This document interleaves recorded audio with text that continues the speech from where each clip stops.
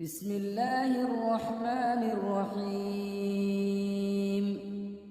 ياسين والقرآن الحكيم إنك لمن المرسلين على صراط مستقيم تنزيل العزيز الرحيم لتنذر قوما ما أنذر آباؤهم فهم غافلون لقد حق القول على أكثرهم فهم لا يؤمنون إنا جعلنا في أعناقهم أغلالا فهي إلى الأذقان فهم مقمحون وجعلنا من بين أيديهم سدا ومن خلفهم سدا فأغشيناهم فهم لا يبصرون وسواء عليهم أأنذرتهم أم لم تنذرهم لا يؤمنون إنما تنذر من اتبع الذكر وخشي الرحمن بالغيب فبشره بمغفرة وأجر كريم إنا نحن نحيي الموتى ونكتب ما قدموا وآثارهم وكل شيء أحصيناه في إمام مبين واضرب لهم مثلا أصحاب القرية إذ جاءها المرسلون إذ أرسلنا إليهم اثنين فكذبوهما فعززنا بثالث فقالوا إنا إليكم مرسلون قالوا ما أنتم إلا بشر مثلنا وما أنزل الرحمن من شيء إن أنتم إلا تكذبون قالوا ربنا يعلم إنا إليكم لمرسلون وما علينا إلا البلاغ المبين قالوا إنا تطيرنا بكم لئن لم تنتهوا لنرجمنكم وليمسنكم منا عذاب أليم قالوا طائركم معكم أئن ذكرتم بل أنتم قوم مسرفون وجاء من أقصى المدينة رجل يسعى قال يا قوم اتبعوا المرسلين اتبعوا من لا يسألكم أجرا وهم مهتدون وما لي لا أعبد الذي فطرني وإليه ترجعون أأتخذ من دونه آلهة إن يردني الرحمن بضر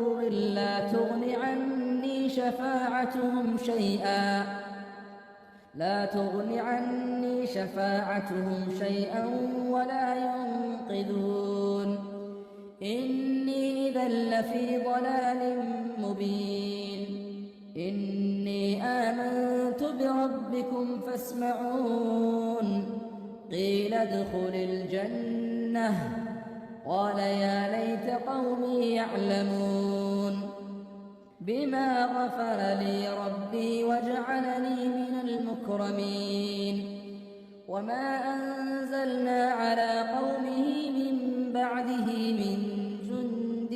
من السماء وما كنا منزلين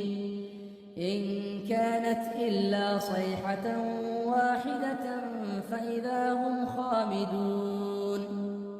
يا حسرة على العباد ما يأتيهم من رسول إلا كانوا به يستهزئون ألم يروا كم أهلكنا قبلهم من القرون أنهم إليهم لا يرجعون وإن كل لما جميع لدينا محضرون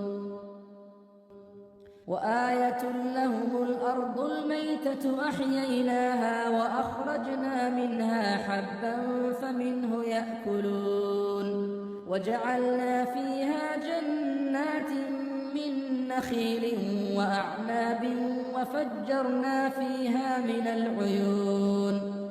ليأكلوا من ثمره وما عملته أيديهم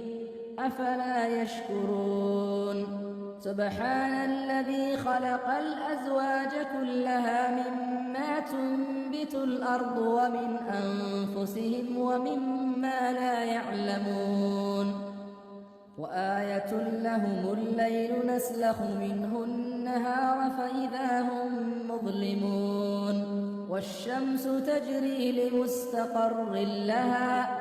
ذلك تقدير العزيز العليم والقمر قدرناه منازل حتى عاد كالعرجون القديم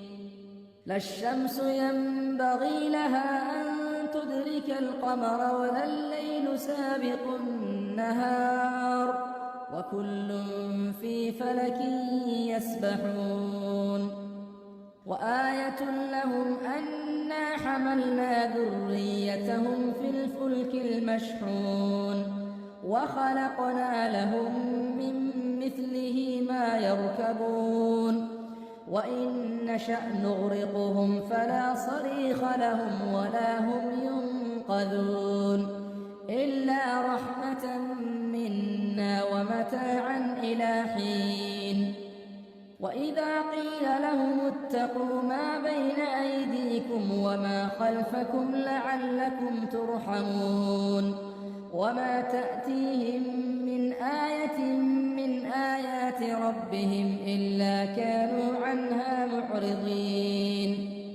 وإذا قيل لهم أنفقوا مما رزقكم الله قال الذين كفروا للذين آمنوا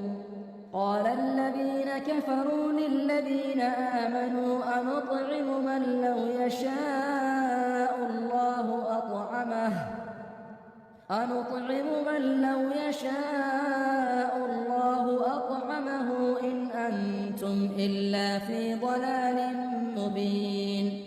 ويقولون متى هذا الوعد إن كنتم صادقين ما ينظرون إلا صيحة واحدة تأخذهم وهم يخصمون فلا يستطيعون توصية ولا إلى أهلهم يرجعون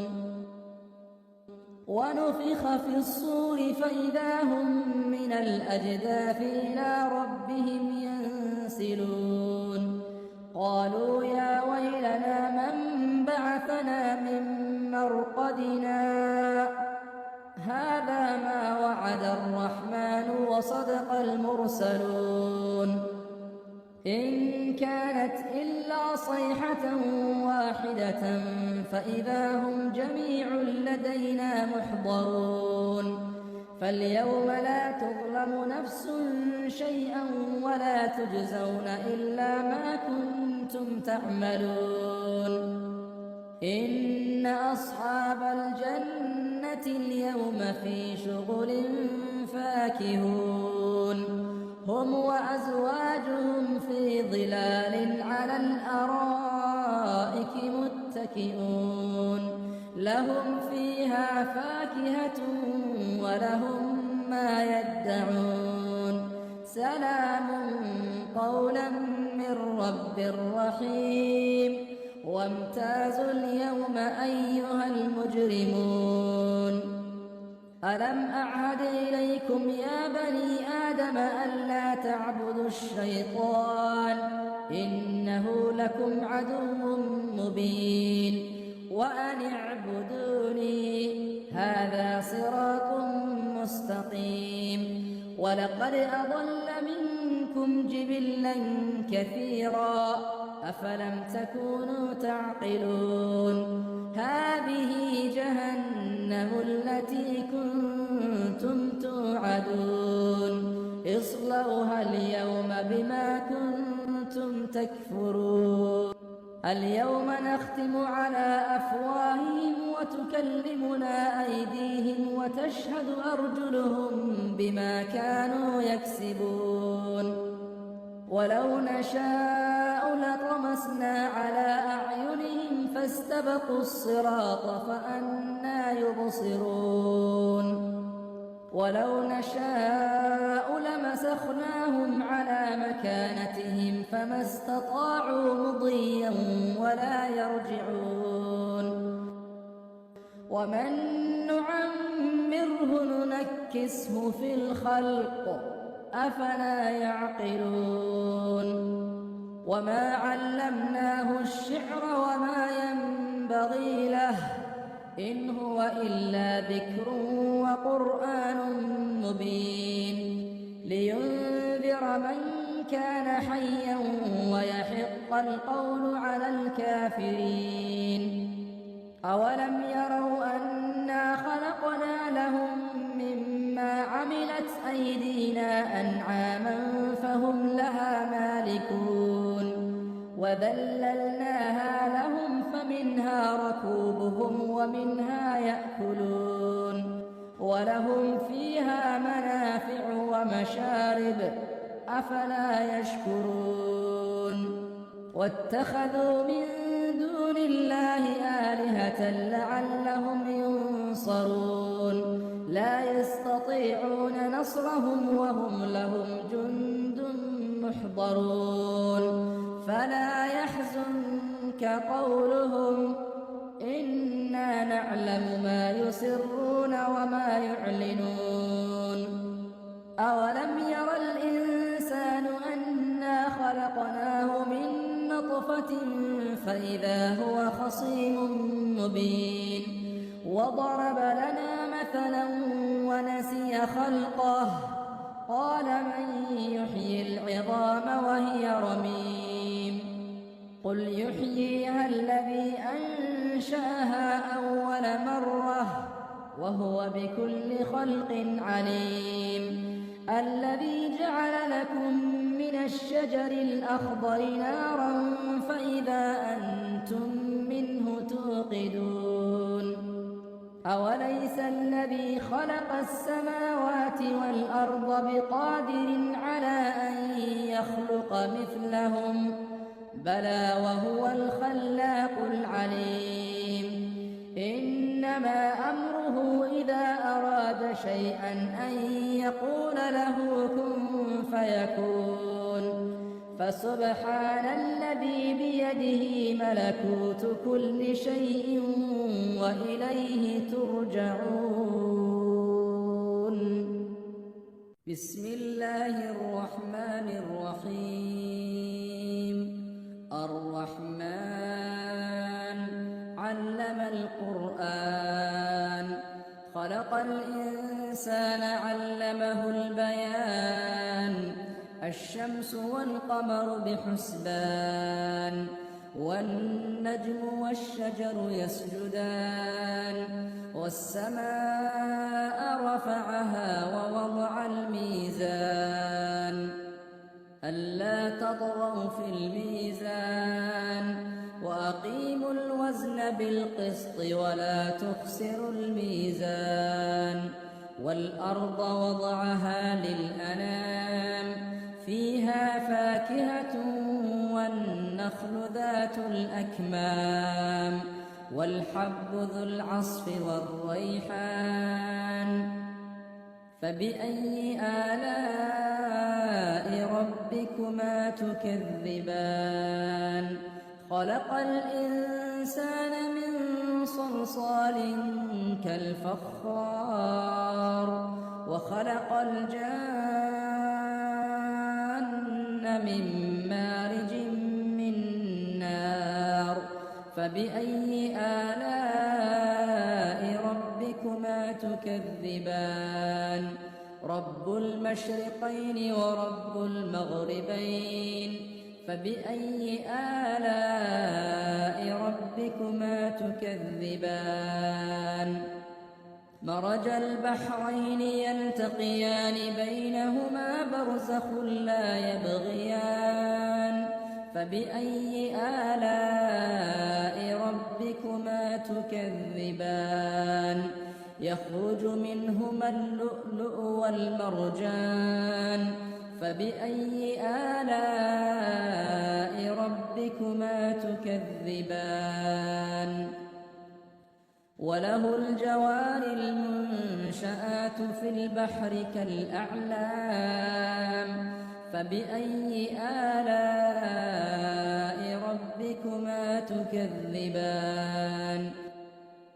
كل من عليها فان ويبقى وجه ربك ذو الجلال والإكرام فبأي آلاء ربكما تكذبان يسأله من في السماوات والأرض كل يوم هو في شأن فبأي آلاء ربكما تكذبان سنفرغ لكم أيها الثقلان فبأي آلاء ربكما تكذبان يا معشر الجن والإنس إن استطعتم أن تنفذوا من أقطار السماوات والأرض فانفذوا لا تنفذون إلا بسلطان فبأي آلاء ربكما تكذبان يرسل عليكما شواظ من نار ونحاس فلا تنتصران فبأي آلاء ربكما تكذبان فإذا انشقت السماء فكانت وردة كالدهان فبأي آلاء ربكما تكذبان فيومئذ لا يسأل عن ذنبه إنس ولا جان فبأي آلاء ربكما تكذبان يعرف المجرمون بسيماهم فيؤخذ بالنواصي والأقدام فبأي آلاء ربكما تكذبان هذه جهنم التي يكذب بها المجرمون يطوفون بينها وبين حميم آن فبأي آلاء ربكما تكذبان ولمن خاف مقام ربه جنتان فبأي آلاء ربكما تكذبان ذواتا أفنان فبأي آلاء ربكما تكذبان فيهما عينان تجريان فبأي آلاء ربكما تكذبان فيهما من كل فاكهة زوجان فبأي آلاء ربكما تكذبان متكئين على فرش بطائنها من استبرق وجنى الجنتين دان فبأي آلاء ربكما تكذبان فيهن قاصرات الطرف لم يطمثهن إنس قبلهم ولا جان فبأي آلاء ربكما تكذبان كأنهن الياقوت والمرجان فبأي آلاء ربكما تكذبان هل جزاء الإحسان إلا الإحسان فبأي آلاء ربكما تكذبان ومن دونهما جنتان فبأي آلاء ربكما تكذبان مدهامتان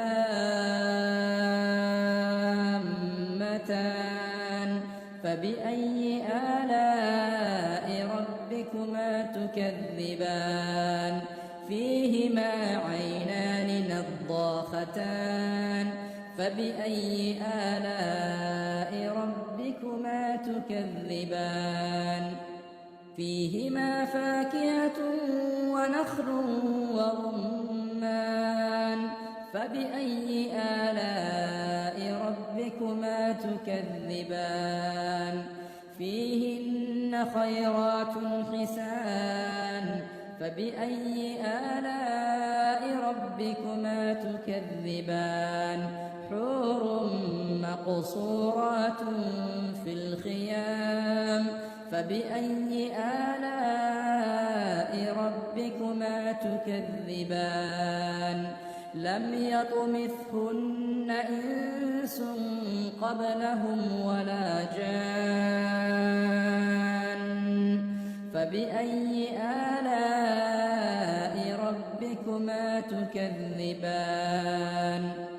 متكئين على رفرف خضر وعبقري حسان فبأي آلاء ربكما تكذبان تبارك اسم ربك ذي الجلال والإكرام بسم الله الرحمن الرحيم إذا وقعت الواقعة ليس لوقعتها كاذبة خافضة رافعة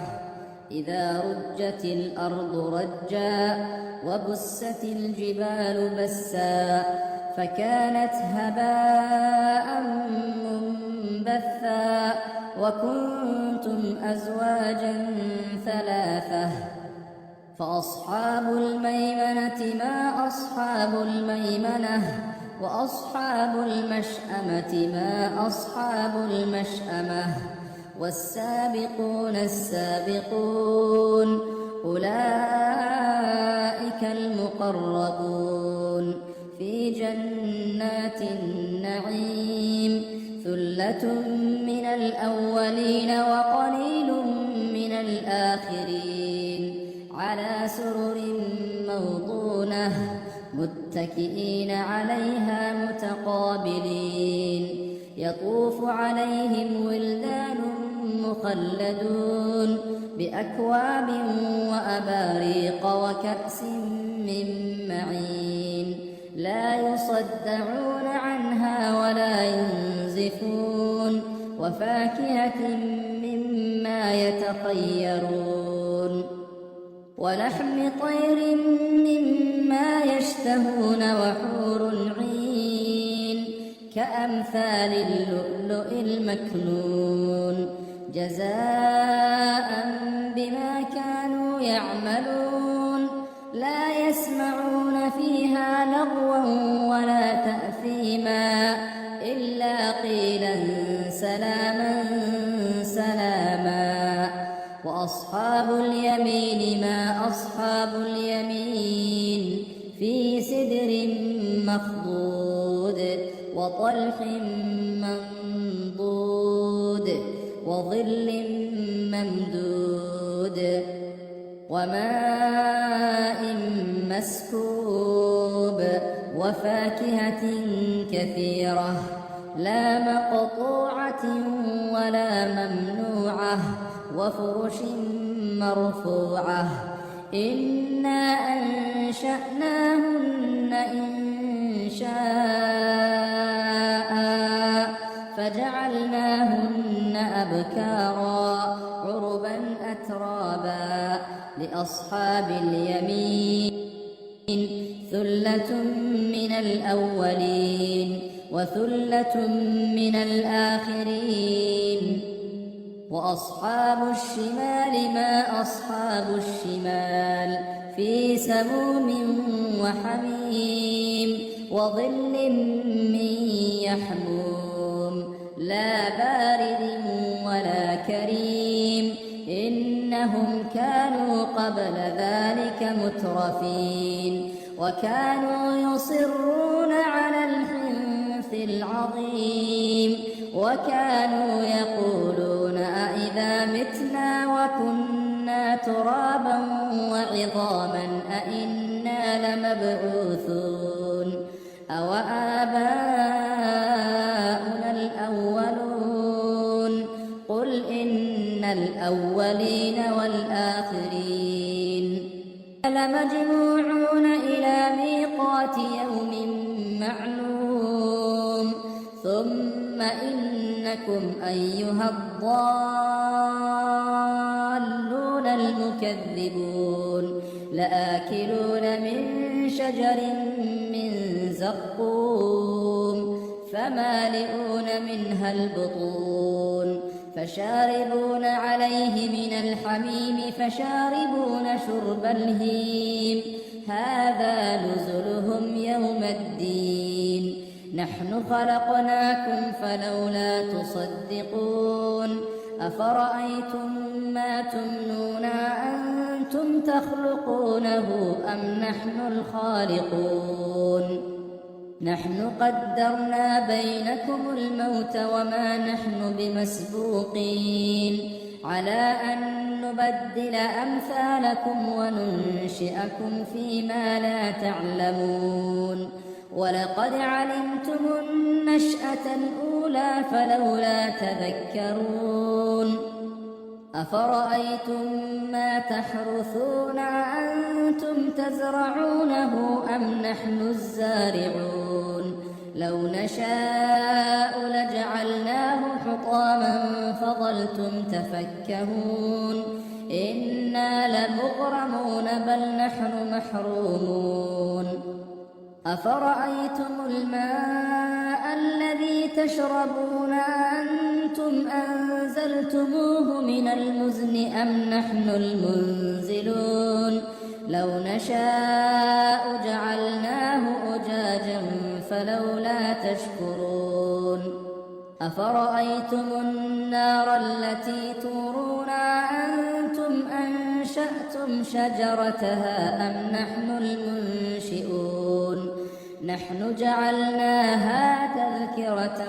ومتاعا للمقوين فسبح باسم ربك العظيم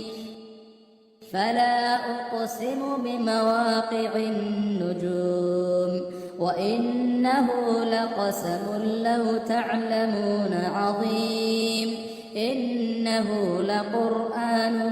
كريم في كتاب مكنون لا يمسه إلا المطهرون تنزيل من رب العالمين أفبهذا الحديث أنتم مدهنون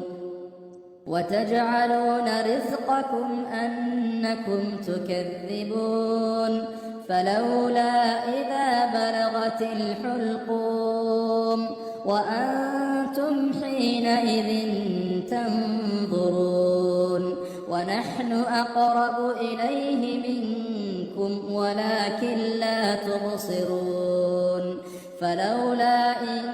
كنتم غير مدينين ترجعونها إن كنتم صادقين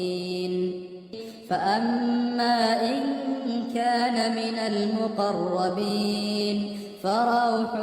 وريحان وجنة نعيم وأما إن كان من أصحاب اليمين فسلام لك من أصحاب اليمين وأما إن كان من المكذبين الضالين فنزل من حميم وتصلية جحيم إن هذا لهو حق اليقين فسبح باسم ربك العظيم